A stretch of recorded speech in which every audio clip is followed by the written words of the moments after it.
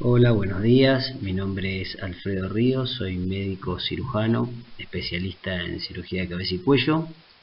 Y bueno, me tocó dar un poco y charlar con ustedes la anatomía de la región del cuello.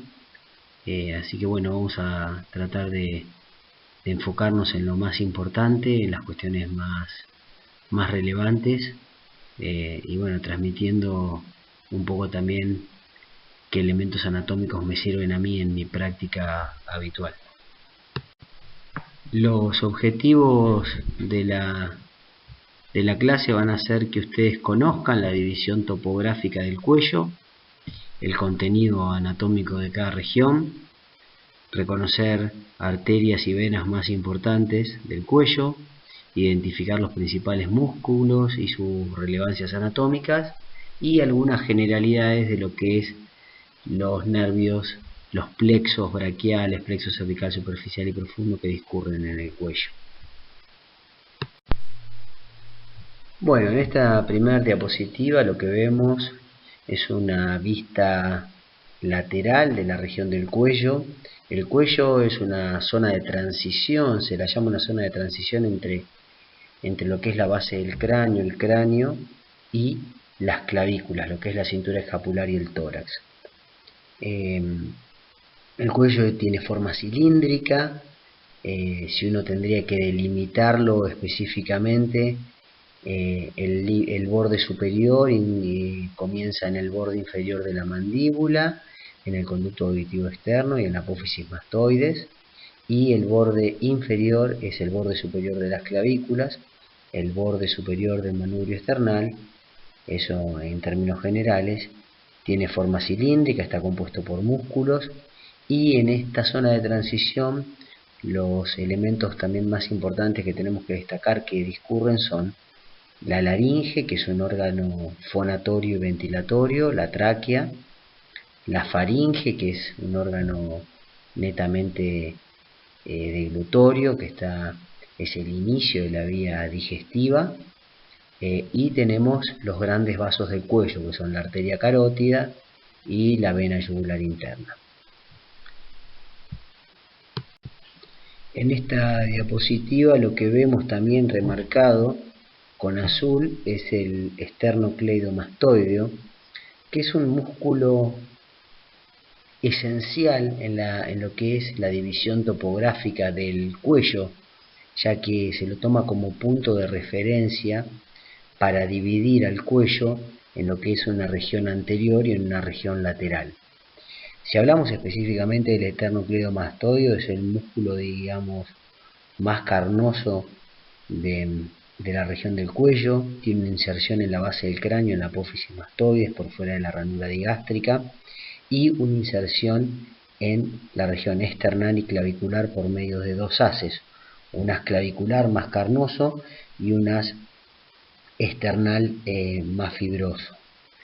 Entre los dos haces, a nivel de la región supraclavicular, se forma un triángulo que se lo denomina fosa supraclavicular, que es un punto de referencia en la práctica habitual para la colocación de lo que se llaman vías centrales, que es la punción de la vena yugular para poner un catéter dentro de la vena de lo que es los grandes vasos para medir presión venosa central o para pasar cantidades de volúmenes importantes de líquidos, digamos, sobre todo en ciertas situaciones. Bueno, como les decía en la diapositiva anterior, el esternocleidomastoideo se toma como punto de referencia y a partir del mismo se divide al cuello en un triángulo anterior y en un triángulo lateral o posterior. El triángulo anterior, el límite del triángulo anterior es la parte superior, es el borde inferior de la mandíbula, y el borde inferior del conducto auditivo externo óseo. El borde posterior de este triángulo anterior es el borde anterior del esternocleidomastoideo, y el borde anterior de este triángulo es la línea media, serían los bordes internos de los músculos infraoideos. El triángulo posterior está delimitado por el borde posterior del esternocleidomastoideo, el borde anterior del músculo trapecio y el borde superior de la clavícula. A su vez, estos dos triángulos se van a subdividir en otros triángulos. Bueno, dentro de lo que es el triángulo anterior, que es lo que habíamos delimitado en la diapositiva anterior, por delante del borde anterior del esternocleidomastoideo, tenemos que el triángulo anterior se subdivide en 4 triángulos.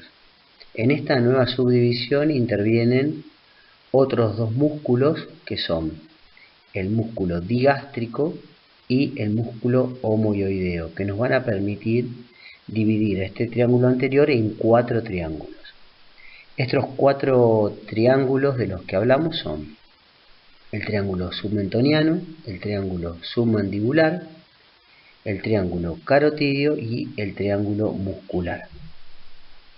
El triángulo submentoniano, que es el número 1, que figura con el número 1 en el esquema, está delimitado por los dos vientres anteriores del digástrico en las caras laterales y en la parte inferior por el hueso ioides, que sirve de punto de inserción de todos los músculos infraioideos y supraioideos. Este triángulo es un triángulo, ahora después lo vamos a ver en una diapositiva específica, pero el contenido de este triángulo es sobre todo músculos, constituye los músculos que son del piso de la boca, sobre todo al miloioideo, contiene algunos ganglios linfáticos y algunas vénulas que son las que van a dar formación a las venas yugulares anteriores. El triángulo submandibular está delimitado por el borde inferior de la mandíbula, por el vientre posterior del digástrico y el vientre anterior del digástrico. Y el triángulo carotidio está delimitado, es el número 3, está delimitado superiormente por el tendón intermedio del digástrico y el vientre posterior del digástrico, el borde anterior del esternocleidomastoideo y el borde externo del homoioideo. El triángulo muscular se encuentra delimitado por el vientre superior del homoioideo, la línea media y por el tercio del borde anterior del esternocleidomastoideo en su tercio inferior. Bueno, en esta diapositiva lo que podemos ver es una figura de la región anterior del cuello y una segunda figura de la región lateral. En ambas se han resecado el músculo platisma. El músculo platisma es el músculo más superficial del cuello. Cubre todo el cuello, la región anterior, la región lateral, los esternocleidomastoideos a ambos lados, como que fuera una manta. Es un músculo que se encuentra inmediatamente por debajo del tejido celular subcutáneo y acá se ha resecado. El músculo platisma se extiende desde el borde inferior del maxilar inferior hasta el borde superior de las clavículas. Acá lo hemos resecado en esta figura y eso nos permite ver todo lo que es el sistema venoso superficial del cuello, en el cual se encuentra la vena yugular externa, que la encontramos discurriendo por la cara externa del esternocleidomastoideo, las venas yugulares anteriores, que discurren en la cara externa de los músculos infraioideos, y además podemos observar que en el lado izquierdo de la figura el esternocleidomastoideo ha sido resecado. Esto también nos permite ver lo que se denomina el paquete vasculonervioso del cuello, que está formado por la vena yugular interna en azul y por la arteria carótida en rojo. Bueno, además de esto, en la región superior está lo que específicamente vamos a hablar, que es el triángulo submentoniano, que está delimitado por los dos vientres anteriores de los digástricos en las caras laterales, y en el borde inferior es el hueso ioides, que como dijimos es el hueso donde se insertan todos los músculos infraioideos y supraioideos. Además, en la figura lateral derecha, en el que vemos una visión lateral del cuello, vemos unas formaciones nodulares amarillas.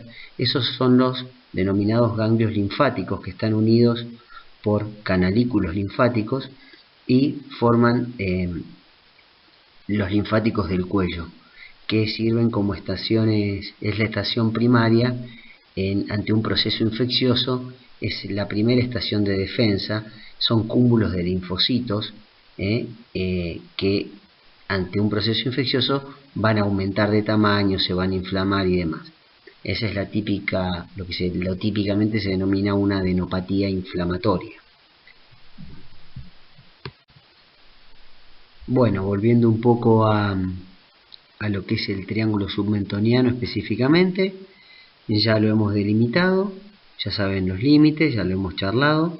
El contenido del triángulo submentoniano son ganglios linfáticos de lo que se denomina el nivel ganglionar 1, los músculos del piso de la boca, específicamente el miloioideo, que es el músculo más importante del piso de la boca, y en el borde inferior el hueso ioides. Y como vimos, algunas vénulas que van a ser el origen de las venas yugulares anteriores. Después no hay mayores órganos de relevancia en esta región. Bueno, el triángulo submandibular es una zona anatómicamente más compleja que el triángulo submentoniano, más complejo en el sentido por la cantidad de órganos, la cantidad de elementos anatómicos que podemos encontrar. El triángulo submandibular está delimitado, dijimos, por el borde inferior del maxilar inferior, por el vientre anterior del digástrico y el vientre posterior del digástrico. El contenido fundamental que hay que conocer de esta región, que no se pueden olvidar, es la glándula submaxilar. La glándula submaxilar es una glándula salival de las glándulas salivales que se denominan. Nosotros en el organismo tenemos glándulas salivales mayores y menores. Dentro de las mayores tenemos 6 glándulas salivales mayores, que son las 2 parótidas, las 2 glándulas submaxilares y las 2 glándulas sublinguales. Bueno, cada triángulo submandibular contiene una glándula submaxilar, una a la derecha y una a la izquierda. Pero además del contenido que tenemos de la glándula submaxilar, la glándula submaxilar tiene relaciones en su cara externa, digamos superficial, y en su cara interna o profunda. Las relaciones más importantes de la cara externa de la glándula submaxilar son con la vena facial y con el nervio de Jaffe. El nervio de Jaffe es la rama más inferior del nervio facial. El nervio de Jaffe tiene importancia clínica, ya que en una cirugía en la cual uno tiene que extirpar o resecar la glándula submaxilar por un proceso inflamatorio crónico, lo que se denomina una submaxilitis, o en menos frecuente, pero existe también, tumores de la glándula submaxilar, uno tiene que identificarlo y preservarlo, ya que el nervio de Jaffe cumple una función que es el depresor de la comisura labial. Si uno, al realizar una cirugía de glándula submaxilar, lesiona este nervio de Jaffe, lo que va a generar es una asimetría en la sonrisa, sobre todo con un defecto cosmético en la gran mayoría de los casos, y en algunas ocasiones hasta funcional, porque va a disminuir la capacidad de oclusión de los músculos orbiculares de los labios.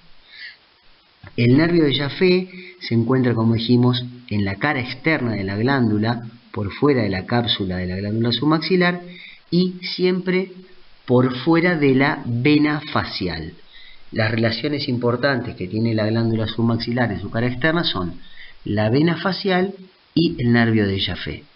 La cara interna de la glándula submaxilar va a estar en relación con otros elementos anatómicos que no son de menor importancia, como son el nervio hipogloso, que es el nervio que le va a dar la movilidad a la hemilengua de ese lado, y con la arteria facial.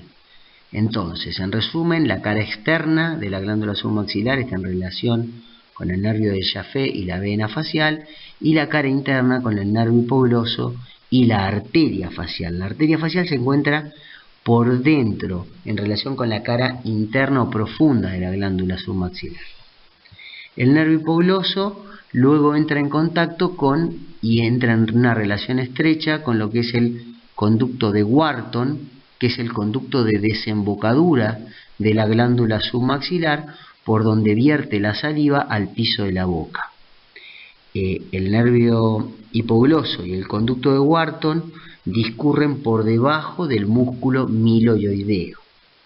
Además, obviamente, en esta área se encuentran ganglios linfáticos, que van a ser también del nivel 1. Bueno, continuando con el triángulo carotidio, este triángulo es de suma importancia para los cirujanos de cabeza y cuello, ya que en este triángulo vamos a encontrar el paquete vasculonervioso del cuello. Como les dije anteriormente, el paquete vasculonervioso del cuello estaba compuesto por la arteria carótida interna, por la vena yugular interna. Todo esto lo encontramos por debajo del esternocleidomastoideo. En esta diapositiva lo podemos ver y evidenciar porque el esternocleidomastoideo, si ustedes se fijan, está resecado.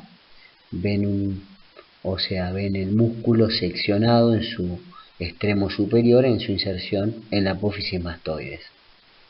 Lo que vemos en rojo es ese gran vaso que es la arteria carótida. Ya a este nivel es la arteria carótida externa y la arteria carótida interna, que es más posterior y más externa. En realidad, anatómicamente, cuando uno las ve en el cuello, la arteria carótida externa parece interna y es la que está dando ramas. Ustedes lo evidencian bien en el centro del triángulo, una arteria más gruesa roja con un montón de ramas que van naciendo de ella. Esa es la arteria carótida externa. La que se encuentra rebatida con un separador de arteria y tirada hacia atrás es la arteria carótida interna, que ustedes, como pueden ver, no tiene ramas y asciende junto a la vena yugular interna hacia la base del cráneo. Bueno, los límites del triángulo ustedes ya lo sabían, si quieren los repetimos. Es el vientre posterior del digástrico, el borde anterior del esternocleidomastoideo y en la parte inferior el vientre anterior del homoioideo. Además, otros elementos importantes que podemos ver, si ustedes ven, la arteria carótida externa está surcada por un nervio que se ve en amarillo, que es un nervio importante, que es el nervio hipogloso, que es el que habíamos hablado anteriormente, que iba por dentro de la glándula submaxilar hacia el piso de la boca, porque es el que le va a dar la movilidad a la hemilengua del mismo lado. Acá, bueno, ustedes lo que están pudiendo ver son las ramas de la arteria carótida externa, que tenemos que la primera rama que da el nacimiento es la arteria tiroidea, luego la lingual, luego la facial, en ese orden.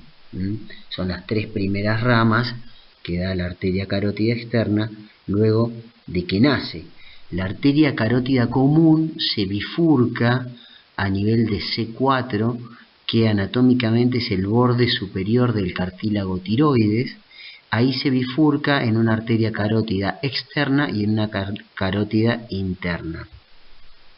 Justo a nivel de la bifurcación también hay un elemento anatómico que no es evidenciable, sino que es un engrosamiento de la adventicia de la arteria carótida, que se llama glomus carotidio, que en realidad es un quimioreceptor que lo que hace es evaluar las concentraciones de oxígeno en sangre y está dado por terminales nerviosas que nacen del noveno par craneal, que es el glosofaringio, y del décimo par craneal, que es el neumogástrico. El neumogástrico es el nervio que va a formar, junto con la arteria carótida y la vena yugular, el paquete vasculonervioso del cuello. Bueno, nada, es una zona extremadamente compleja, a veces es difícil de entenderlo en una primera instancia, pero bueno, mirando las imágenes y leyendo lo van a ir comprendiendo. Creo que la zona submaxilar y el triángulo submandibular y el triángulo carotidio son los dos triángulos más complejos, digamos, de la región anterior. Después, bueno, nada, la celda tiroidea es una región anatómica importante, pero excede creo que la presentación esta y lo vamos a ver en otro momento. Pero tranquilícense porque ya con el triángulo submandibular y el triángulo carotidio creo que vimos las dos zonas anatómicas más complejas. Bueno, el triángulo muscular. El triángulo muscular es una región anatómica que está delimitada por el homoioideo, por el tercio inferior del esternocleidomastoideo, el borde anterior, y en la parte superior por el hioides. El contenido es generalmente todas las, digamos, los órganos, las vísceras del cuello transcurren por el triángulo muscular. ¿A qué me refiero con las vísceras del cuello? Encontramos la laringe y la tráquea, la glándula tiroides y la faringe. Además de, bueno, nada, las paratiroides que se encuentran por detrás de la tiroides. Creo que este triángulo tenemos que saber los límites y el contenido, ya que después cada uno de estos órganos los vamos a estudiar en profundidad en forma separada. Lo que sí podemos analizar es las imágenes, sobre todo la imagen que está a la derecha, con la resección de todos los planos musculares, en la cual vemos el hueso hioides en la parte superior, por debajo el cartílago tiroides, inmediatamente adherido a la tráquea y al cricoides que no se ve, la glándula tiroides, que es ese órgano en forma de mariposa que tiene una prolongación que va hacia arriba, que se denomina pirámide de Lalloway, y hacia los costados el paquete vasculonervioso del cuello. En azul es la denominada vena yugular interna y en rojo la arteria carótida común en la parte inferior y en la parte superior ya dando la primera rama de la arteria carótida, que es la arteria tiroidea superior, que ustedes la ven ingresando en el polo superior de la tiroides junto con la vena tiroidea superior. Después, bueno, más hacia inferior no es de este capítulo, pero vemos las venas subclavias, las arterias subclavias, el callado de la aorta, la vena cava superior y bueno, nada, toda la formación de los grandes vasos que van a ingresar al mediastino. Bueno, continuemos con la región cervical lateral o triángulo posterior, que recordemos los límites, era el borde posterior del esternocleidomastoideo, el borde anterior del trapecio y el borde superior de la clavícula. Este triángulo se encuentra dividido en un triángulo occipital y en un triángulo homoclavicular, los cuales vamos a describir a continuación. Bueno, el límite del triángulo occipital está dado por el borde posterior del esternocleidomastoideo, el borde anterior del trapecio por detrás y el borde inferior es el vientre posterior del lomo hioideo. Esto delimita el triángulo occipital. El contenido del triángulo occipital es sobre todo el nervio espinal, que es el 11º par craneal, que lo que hace va a producir la contracción del músculo trapecio con la elevación de los hombros. Este nervio, ¿por qué se los nombro? Porque es muy importante, porque este nervio nace de la base del cráneo y transcurre desde la base del cráneo hasta su destino final, pasa por lo que es el compartimento muscular y tiene una relación muy importante con la vena yugular interna en el tercio superior, digamos, a nivel casi del área submandibular.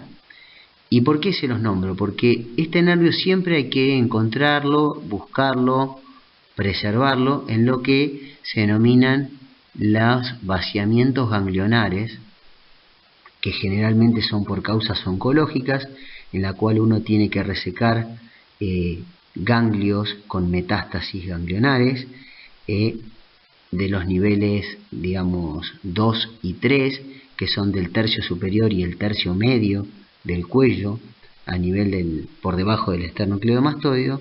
Entonces, cuando uno está resecando esto, tiene que identificar al nervio y preservarlo y liberarlo de estas adenopatías, porque si uno lo secciona, lo lastima, el paciente queda con una imposibilidad de elevar los hombros, de hacer el "qué me importa" y elevar los dos hombros, y generalmente la atrofia del músculo trapecio por una lesión del nervio espinal, la verdad que es bastante molesta porque le genera al paciente una asimetría estética por atrofia muscular y una cierta impotencia funcional del miembro superior. Después, por lo demás, esta área no tiene otros elementos de relevancia y tiene por encima, 1 centímetro por encima de donde ingresa el nervio espinal a la región occipital, 1 centímetro por encima nacen las ramas sensitivas del plexo cervical superficial. No es que nacen, se exteriorizan, se hacen superficiales. Entonces, uno a ese nivel también puede encontrar un gran tronco nervioso que es sensitivo y no motor como el nervio espinal. El nervio espinal es motor, da movilidad. En cambio, las otras ramas que nacen un poco por encima vienen del plexo cervical superficial y son sensitivas. Bueno, el triángulo homoclavicular, área anatómica compleja por la cantidad de vasos de gran calibre que presenta y elementos nerviosos. La verdad que la cirugía en esta área es un área complicada. Bueno, lo que vemos en esta imagen donde estamos viendo el triángulo homoclavicular, esto generalmente no se ve así, nosotros lo estamos viendo así porque han resecado el esternocleidomastoideo que cubre toda esta región, y lo que estamos viendo es la arteria carótida común de su nacimiento junto con la arteria subclavia derecha, que ustedes saben que la arteria carótida común derecha y la subclavia derecha nacen de un tronco común del callado de la aorta, no así la carótida izquierda y la subclavia izquierda, que nacen de troncos independientes desde el callado de la aorta. En la imagen que vemos, que es la región derecha, estamos viendo el tronco común de la arteria carótida y la arteria subclavia. Vemos rebatida la glándula tiroides y específicamente vemos el área, la subclavia derecha, luego de que nace, tiene 3 regiones, una región medial, una región posterior y una región lateral. Y todo esto de medial, posterior y lateral es con respecto a un músculo que se llama escaleno anterior, que es el músculo en el cual ustedes ven que están reposando cuando lo ven hacia la región superior, la arteria carótida y la yugular. Todo esto es en el tercio inferior del cuello, ya que después la arteria carótida y la yugular se hacen más mediales y el escaleno no tiene un trayecto tan largo. Lo que vemos ahí es la primera parte de la arteria subclavia con el nacimiento de un tronco arterial que es del cual nacen se llama tronco cérvico-dorsal, y de ese tronco cérvico-dorsal, que a veces nacen 3 arterias, a veces nacen 2 y una por separado, nacen específicamente la arteria tiroidea inferior, que esto es importante, porque la arteria tiroidea inferior asciende y se va hacia medial en busca de la tiroides. Entonces la tiroides, haciendo un resumen, está irrigada por la arteria tiroidea superior, que es rama de la carótida, y por la arteria tiroidea inferior, que es rama de la subclavia. Además da otras dos ramas importantes en esta primera porción, la arteria subclavia, que son la cervical transversa y la supraescapular. La cervical transversa y la supraescapular tienen relación con un nervio que desciende por delante del escaleno anterior, que se llama frénico, y esta primera porción de la arteria subclavia tiene una relación muy importante con el nervio neumogástrico, ya que a ese nivel da un nervio que se llama nervio recurrente, que es un nervio que nace a nivel de la subclavia, lo rodea por abajo y después se va por detrás y va en busca de la glándula tiroides, de la cara posterior de la glándula tiroides, y este nervio recurrente es el que le va a dar la movilidad a la cuerda vocal del lado derecho en este caso. Después tenemos un nervio recurrente izquierdo que le da la movilidad a la cuerda vocal del lado izquierdo. Pero el nervio recurrente izquierdo nace a nivel torácico, ya que el neumogástrico da el nervio recurrente pero a nivel del callado de la aorta. Estos nervios recurrentes son sumamente importantes porque son los que buscamos nosotros, los cirujanos de cabeza y cuello, en toda cirugía de tiroides. Cuando a uno le operan la tiroides, este nervio hay que conservarlo y preservarlo, porque si uno lo lesiona puede generar una disminución de la movilidad de la cuerda vocal de ese lado y generar una disfonía permanente. Después, en esta diapositiva también lo que vemos por fuera de este músculo escaleno es un gran conjunto de fibras nerviosas que aparecen en amarillo, que es lo que se denomina el plexo braquial. El plexo braquial es el plexo que lleva todos los músculos que le dan la movilidad motora al miembro superior, que ustedes ya lo vieron. Así que no vamos a profundizar en eso, ni mucho menos. Pero este es un área que hay muchos elementos anatómicos y bueno, nada. Lo que ustedes tienen que recordar es que en esta región hemoclavicular la vena subclavia se encuentra por delante del escaleno anterior, y la arteria subclavia se encuentra entre el escaleno anterior y el medio, junto con el plexo braquial. En lo que se denomina el hiato interescalénico nosotros vamos a encontrar a la arteria subclavia y al plexo braquial, y por delante del escaleno anterior a la vena subclavia. Bueno, esta es una diapositiva que es un poco más de lo mismo, de la misma región anatómica que la anterior, excepto que acá se resecó la clavícula y uno puede ver, digamos, la continuación de la tercera porción de la subclavia, que es la lateral, el plexo braquial, el músculo subclavio, que es el que se encuentra por debajo de la clavícula, y la vena subclavia, que luego la vena subclavia y la arteria subclavia, una vez que ingresan al vértice de la axila, se van a transformar, se van a cambiar de nombre y se van a llamar arteria y vena axilar. Pero creo que hablamos todo lo importante, ya lo hablamos en la diapositiva anterior. Bueno, una vez terminada la división topográfica, conociendo todos los elementos anatómicos, vamos a empezar a hablar un poquito de la irrigación del cuello, de lo que es angiología, vasos del cuello. Vamos a empezar con las arterias del cuello. Bueno, como les dije, las arterias del cuello son la arteria carótida común izquierda y derecha. Las arterias carótidas comunes nacen a la derecha de un tronco común que se llama tronco arterial brachiocefálico, donde nace junto con la arteria subclavia derecha, a diferencia de la arteria carótida común izquierda, que nace directamente del arco de la aorta. Eso es una gran diferencia que ustedes tienen que saber. La arteria carótida común derecha nace en un tronco común con la arteria subclavia, lo que se llama el tronco arterial brachiocefálico. La arteria carótida común izquierda nace directamente del callado de la aorta. Por eso se dice, por eso no es que se dice, es la arteria carótida común izquierda es más larga que la derecha, porque la derecha tiene un trayecto más corto, ya que nace primero un tronco común, que es el tronco arterial brachiocefálico, luego se divide, y la arteria carótida común derecha tiene un trayecto mucho más corto.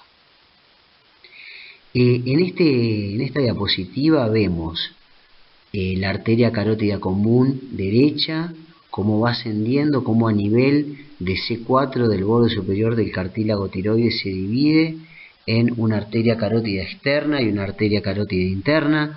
Ustedes ya saben que la arteria carótida externa es la que da ramas colaterales en el cuello. La arteria carótida interna no da ninguna rama en el cuello, asciende hasta la base del cráneo e ingresa al endocráneo por el agujero rasgado anterior. Eso es lo que tenemos que conocer, lo que se puede ver y evidenciar en esta diapositiva. Las ramas terminales de la arteria carótida externa van a ser la arteria temporal superficial y la arteria maxilar interna. Esas son las dos ramas terminales de la carótida externa. Y va a tener 6 ramas colaterales, que son la tiroidea, la lingual, la facial, la auricular, la occipital y la faringea. Que seguramente ahora hay una diapositiva para que ustedes las puedan observar mejor. Bueno, y acá tenemos un esquemita donde vemos el sistema de la arteria carótida en el cuello. Vemos la arteria carótida común, que se subdivide en, bueno, como ya ustedes sabían, carótida interna, carótida externa. La carótida interna no tienen mucho más que saber que sus relaciones anatómicas, que no da ramas en su recorrido cervical, y la arteria carótida externa da 6 ramas colaterales y tiene 2 ramas terminales. Las ramas colaterales de la carótida externa no es necesario que las recuerden completamente, pero son la tiroidea superior, la lingual y la facial, que son las que se denominan colaterales, que nacen de la cara anterior de la carótida externa. La faringe ascendente, que nace de la cara medial de la carótida externa, y 2 ramas que nacen de la cara posterior, que son la occipital y la auricular posterior. Esas son las ramas colaterales. Y la carótida externa termina, las ramas terminales son la maxilar interna y la temporal superficial.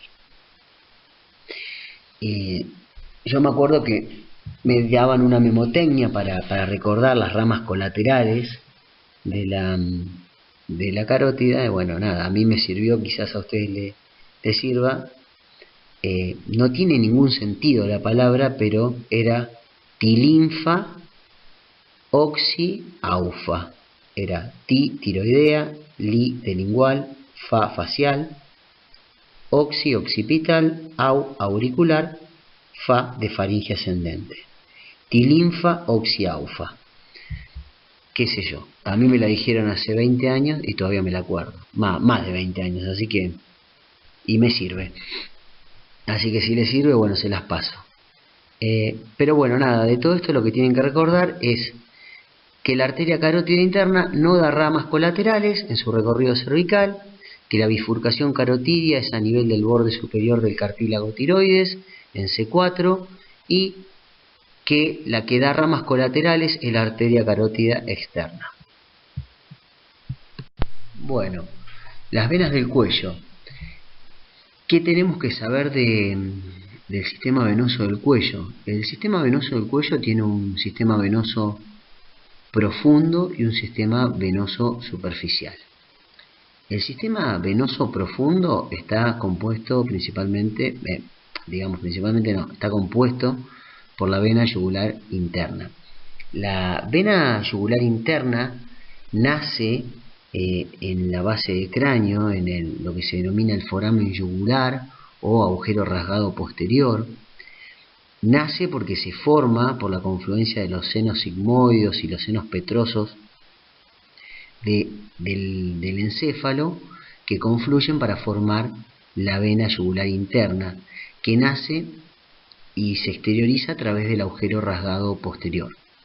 Una vez que se exterioriza por el agujero rasgado posterior, desciende hacia el cuello, pasa en una primera instancia por lo que se denomina el espacio retroestilio, que es un espacio que está por dentro de la cara interna de las parótidas, que son glándulas salivales que se encuentran en las caras laterales de la cara, y desciende. Luego se exterioriza en el cuello, directamente en lo que es en la zona específica del cuello, por dentro de los vientres posteriores de los digástricos y de los estiloioideos.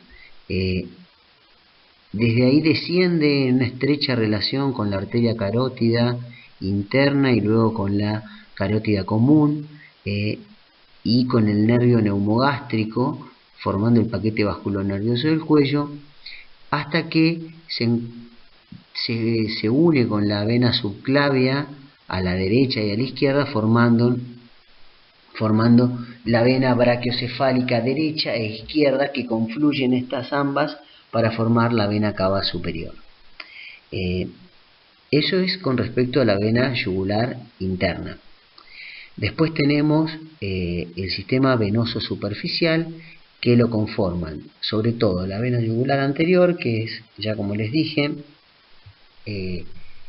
estaban formadas por las vénulas del triángulo submentoniano y discurrían por la cara externa de los músculos infraoideos, y la vena yugular interna, que se forma por la unión de la vena auricular posterior y la vena retromandibular. La vena yugular externa tiene una íntima relación con la cara externa del esternocleidomastoideo, desciende por la cara externa del esternocleidomastoideo y va en busca del borde posterior del esternocleidomastoideo a nivel del tercio inferior, con lo cual lo rodea y luego va por la cara posterior y desemboca en el confluente yúgulo-subclavio a ambos lados. El confluente yúgulo-subclavio es la unión de la subclavia con la vena yugular interna.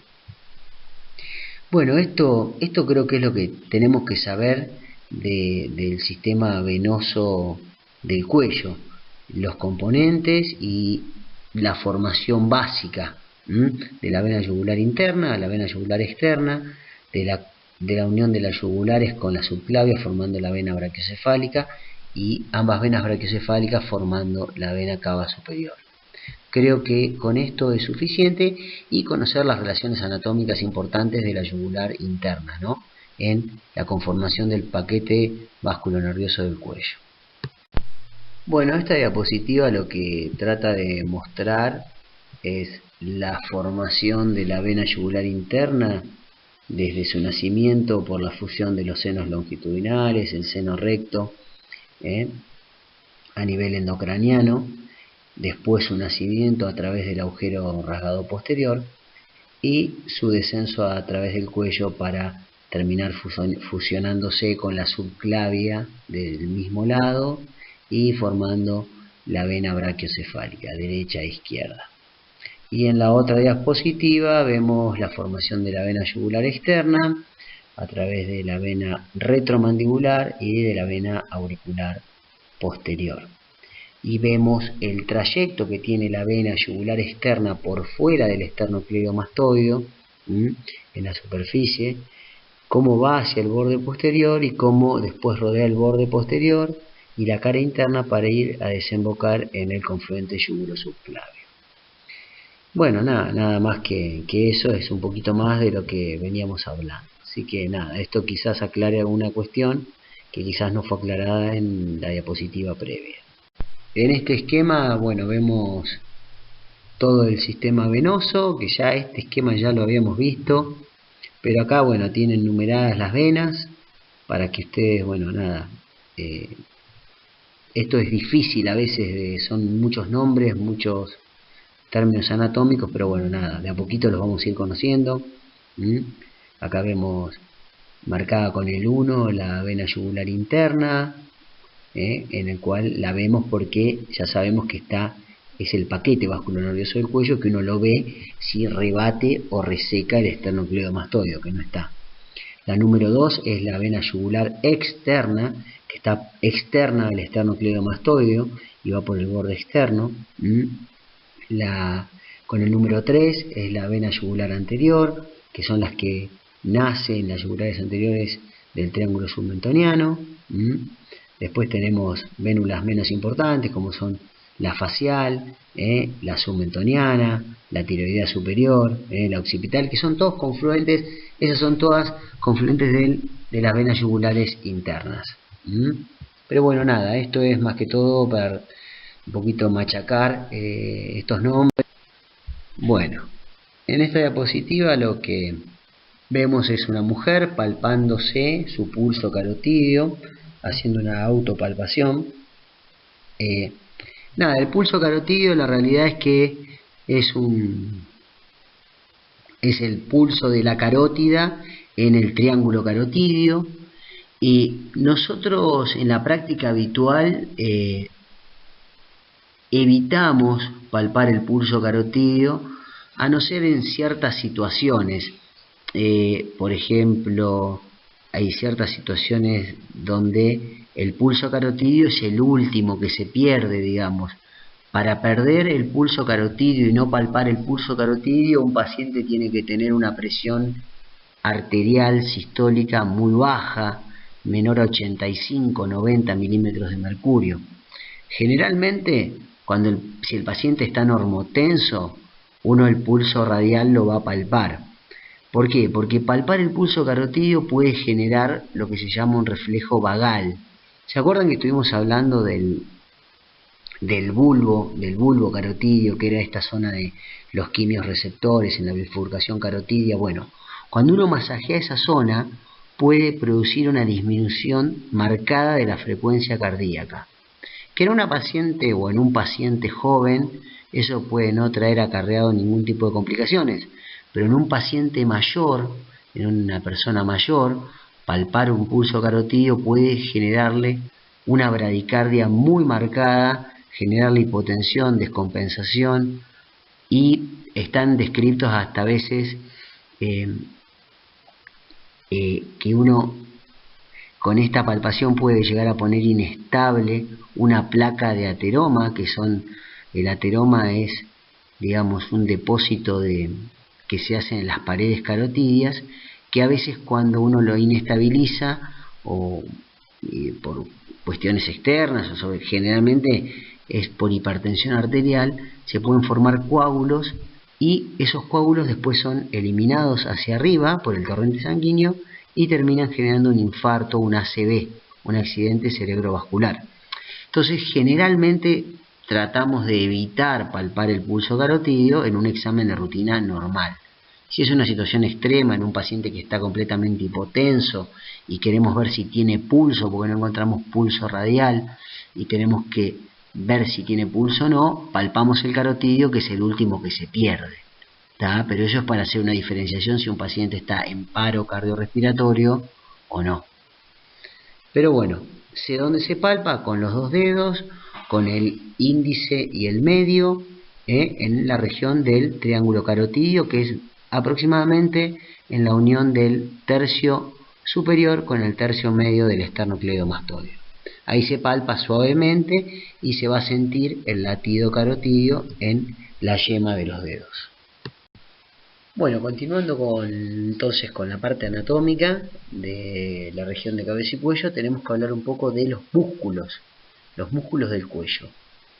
Bueno, como para empezar a hablar, los músculos del cuello se dividen en tres grupos: un grupo anterior, un grupo posterior y un grupo anteroexterno. El grupo anteroexterno está compuesto solamente por el esternocleidomastoideo, del cual ya sabemos bastante, su disposición, sus relaciones anatómicas, su inserción proximal y distal. Ya hemos hablado bastante en todo lo que va de la clase. Después tenemos un grupo anterior, que se divide en un plano profundo y en un plano superficial. El plano superficial está compuesto por los músculos suprayoideos e infrayoideos, los cuales ya sabemos los nombres de varios. Los suprayoideos son el digástrico, el estiloioideo, el miloioideo, el genioideo, y los infrayoideos son el esternocleidoideo, el homoyoideo, del cual ya saben algunas cosas, el esternotiroideo y el tiroideo. Y después tenemos los músculos del plano profundo, que son los menos conocidos, que tenemos los músculos prevertebrales, recto anterior, mayor y menor, y bueno. Y el plano lateral de la zona profunda, que son los escalenos anteriores, medios y posteriores, que son los más relevantes. Y después tenemos el plano de los músculos posteriores, que son los denominados músculos de la nuca. Bueno, vamos a ir viéndolos de a poquito a cada uno, las cosas básicas de cada uno, y bueno, es un tema bastante engorroso esto de los músculos, pero hay que tratar de aprender algo. Bueno, en esta imagen, que es una imagen de la región anterior del cuello, en la cual se ha resecado la piel y el tejido celular subcutáneo, vemos el platisma. A pesar de que venimos bastante avanzados en la clase, es la primera vez que lo vemos. Este músculo platisma es el que, ¿se acuerdan que yo les dije que había que resecar o seccionar y sacar para ver los vasos superficiales del cuello? Todas las diapositivas que vimos, generalmente el platisma está seccionado. ¿Se acuerdan que yo les dije que nacía en el borde inferior de la mandíbula y las fibras descendían como una manta, como una sábana que cubría todo el cuello, la región anterior, las regiones laterales, y se insertaba en la clavícula? Bueno, este es el platisma. La función del platisma es arrugar la piel, nada más, no tiene una función netamente funcional. Así que bueno, ahí lo están viendo. No tienen que saber mucho de este músculo, nada más lo que les dije. Bueno, vamos a empezar a hablar entonces del esternocleidomastoideo, que era el músculo que componía todo lo que era el grupo anteroexterno. Bueno, este músculo es un músculo clave en la división topográfica del cuello.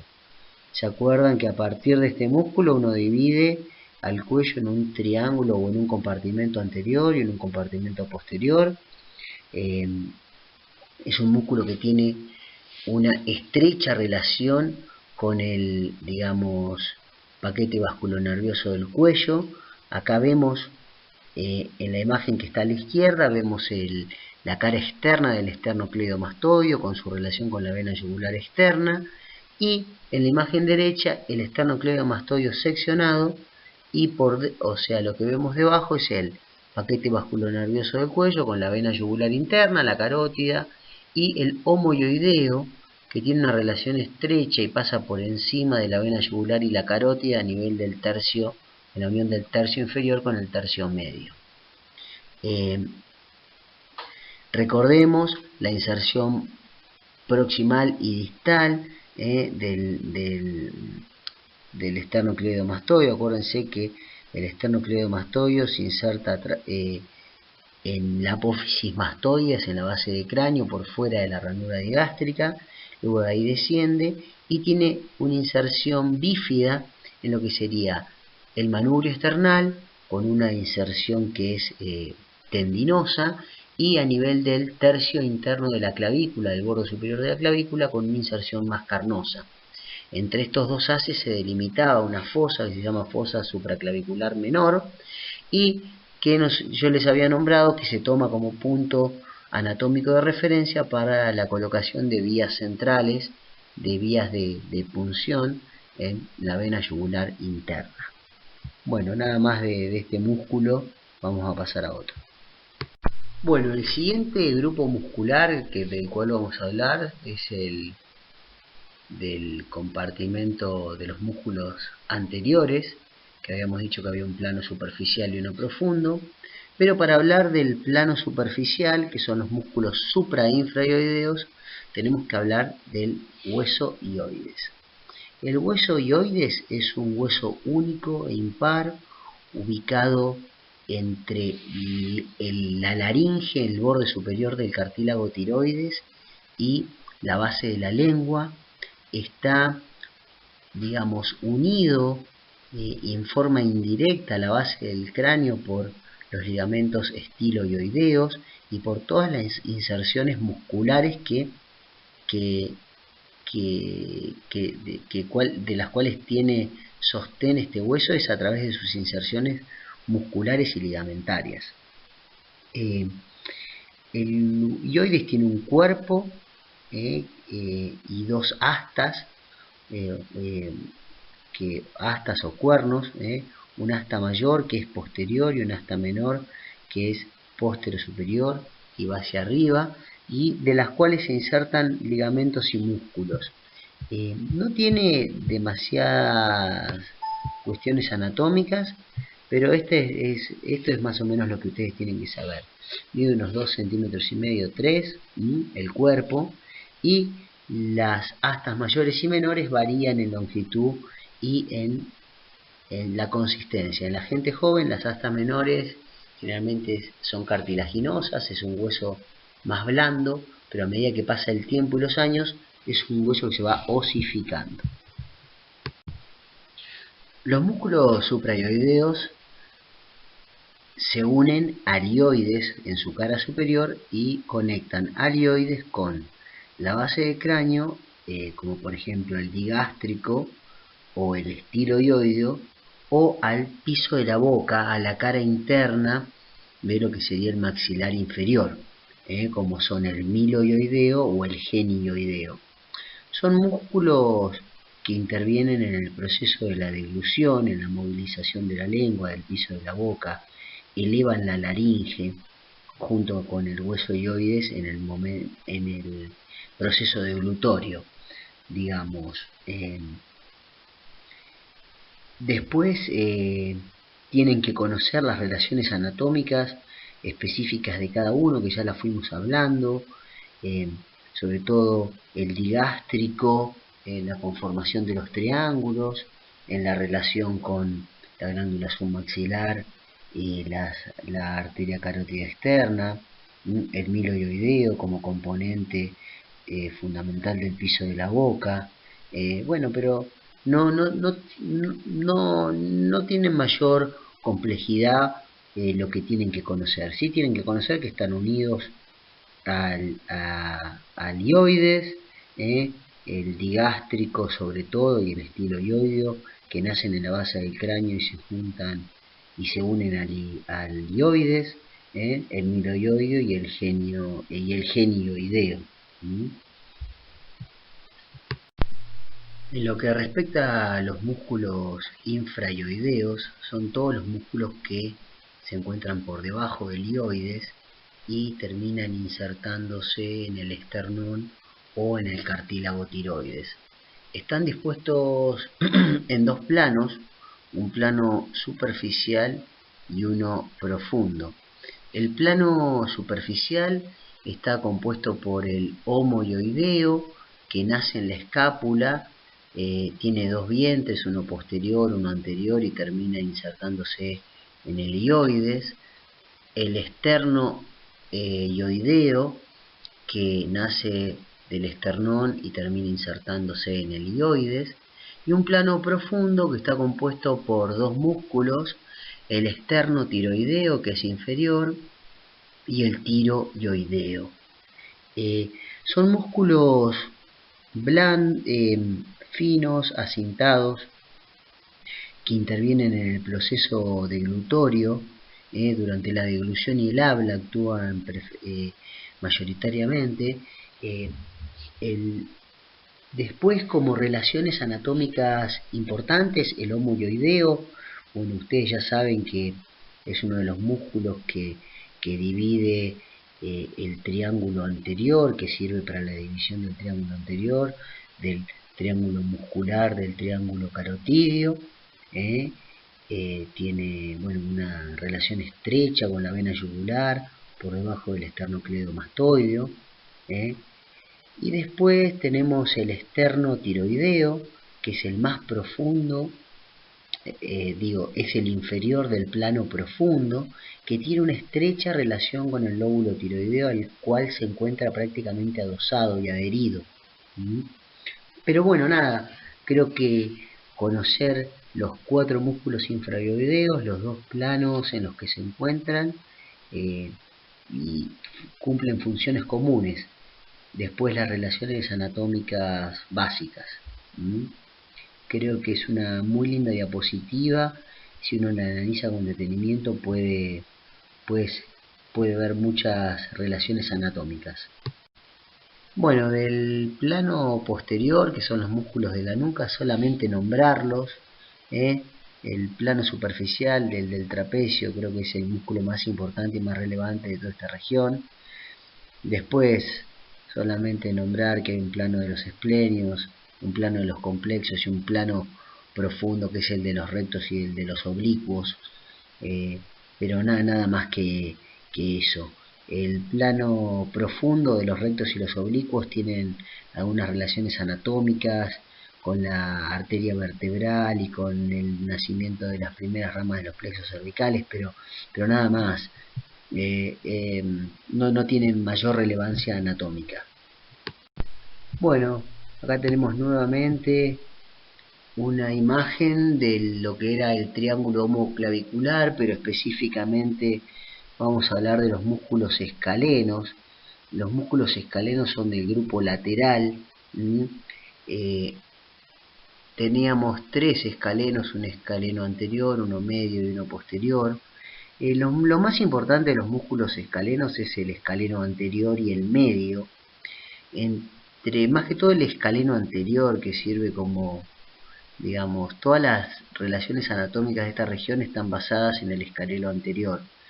El escaleno anterior tiene relación con el nervio frénico, que desciende por delante, por su cara anterior. El nervio frénico es una de las ramas descendentes del plexo cervical. Es una rama motora que va a dar inervación al diafragma. Además tiene relaciones con la arteria subclavia, con la porción medial, con la posterior y la lateral, con las ramas de la primera porción de la subclavia, que son la cervical transversa, la arteria supraescapular, que pasan por su cara anterior. Después el escaleno anterior y el escaleno medio forman lo que se denomina el hiato interescalénico, por donde transcurre la tercera porción de la arteria subclavia y el plexo braquial, y por delante del escaleno anterior, también en su parte más inferior, casi en su inserción, por delante de su inserción en la primera costilla, encontramos la vena subclavia. Bueno, nada, creo que estas son las relaciones más importantes que tenemos que saber del escaleno anterior. Bueno, chicos, estamos terminando. Nos queda esta última diapositiva donde, bueno, está esquematizada la formación del plexo braquial. Yo sé que la formación del plexo braquial ustedes ya la vieron en todo lo que es la parte de miembro superior. Así que bueno, nada, un poquito de repaso. La formación del plexo braquial es de C5, C6, C7, C8 y T1, pero de C1 a C4 las ramas de los nervios C1 a C4 forman lo que es el plexo cervical superficial, que bueno, nada, va a tener ramas sobre todo sensitivas, pero va a tener 2 ramas que son motoras. La rama descendente del hipogloso y el nervio frénico. Bueno, en esta última diapositiva lo que vemos es la conformación del plexo braquial, que no vamos a profundizar porque ustedes ya lo vieron en lo que es miembro y superior. Bueno, nada más nombrar un poquito que el plexo braquial se forma con las raíces nerviosas de C5, C6, C7, C8 y T1, y también está el plexo cervical, que se forma con las raíces anteriores de C1 a C4.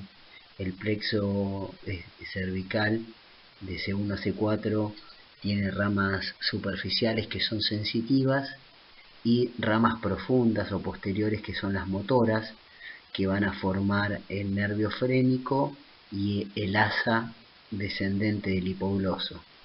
Bueno, nada más nombrar eso. El nervio frénico va a dar inervación al diafragma y el asa descendente del hipogloso a los músculos infraoideos.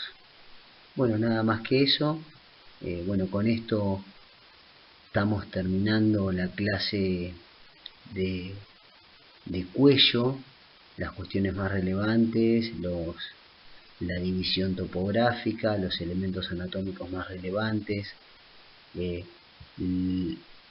la distribución y la irrigación del cuello a través de la carótida y de la yugular. Bueno, espero que haya quedado claro. Cualquier duda la vamos a ir respondiendo por el chat que tiene cada uno de ustedes con su profesor en particular. Se van a aclarar muchas de las cosas cuando realicen la guía de trabajos prácticos. Bueno, espero que haya quedado claro, espero haber sido claro. Y bueno, nada, mucha suerte y cualquier duda estoy para respondérselas. Hasta luego.